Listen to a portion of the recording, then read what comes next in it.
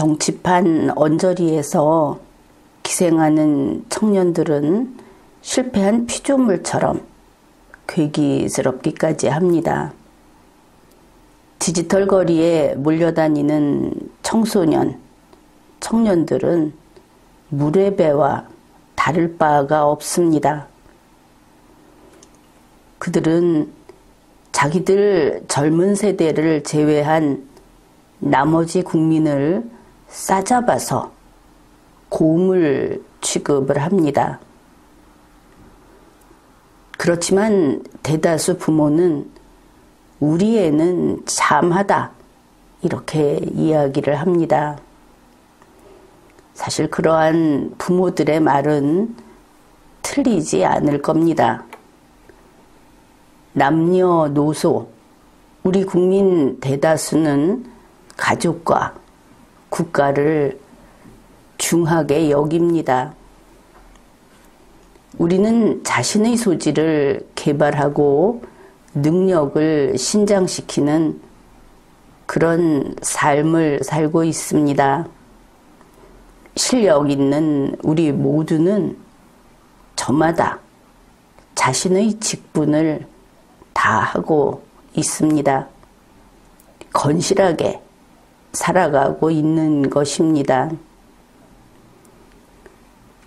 대다수 건실한 국민과 소수 두드러지는 국민이 있다고 했을 때 현재 우리 정치권에서는 두드러지는 그 소수 국민의 요구만 거기에만 귀 기울이고 있는 것이 바로 우리 한국 정치의 현실입니다.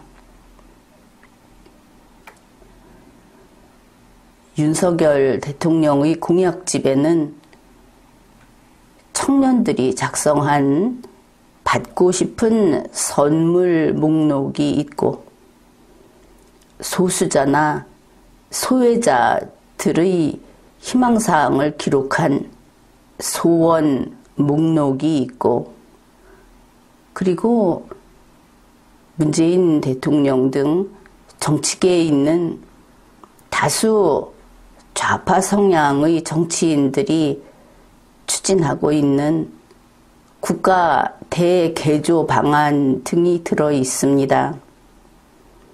이러한 두터운 공약집을 다시 들여다보면 한 가지 특징이 있습니다.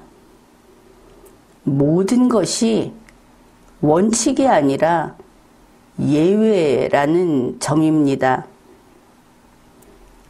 오랜 시간 땀 흘려 일한 사람이 아니라 아직 일할 기회가 없어서 그래서 땀조차 흘리지 못한 그런 사람들의 요구가 가득한 겁니다. 심지어 70여 년 대한민국이 걸어오면서 형성된 퇴적층을 그 두터운 퇴적층을 갈아엎겠다고 하는 기획이 즐비한 겁니다. 그러나 생각을 해봅시다.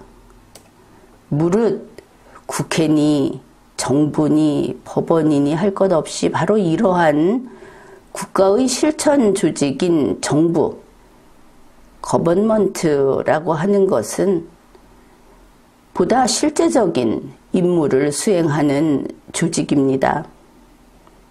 그러니 이런 것이죠. 생산과 분배 가운데 어느 것을 택할 것이냐 하는 사실은 우선순위를 좀 넘어선 양자택일에 가까운 이런 선후를 정할 수 있는 것이 아니고 그저 말할 것 없이 생산이 당연한 것이고 분배는 차후의 조정 사안이다 하는 겁니다.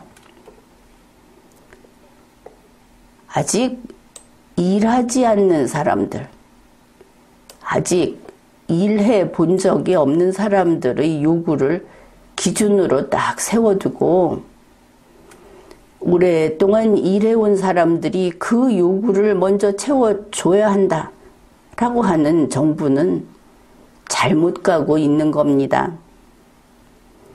대한민국 정치의 문제는 바로 여기에 있습니다. 우리 애는 참하다고 하는 바로 그 아들, 딸이 자기 부모가 아닌 세상의 다른 어른들에게 틀딱이라고 삿대질을 한다면 그것은 문제일 것입니다. 더욱이 너를 죽이고 내가 차지하겠다고 하는 게임적인 사고로 정치권 언저리에 기생하는 청년들은 더 큰 문제입니다. 무엇보다 그런 게임적 사고가 더불어민주당, 국민의힘 등 정당에 파고들었다 하는 것은 매우 큰 문제입니다.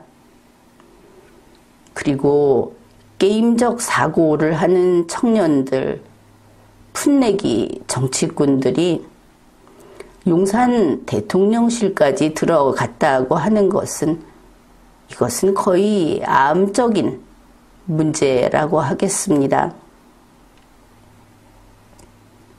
물론 온라인 정치 게시판을 보면 진영 싸움이 치열합니다. 모든 것이 승자 독식의 게임입니다. 그러나 그것은 세상이 아닙니다. 그것은 세상의 이치가 아닙니다.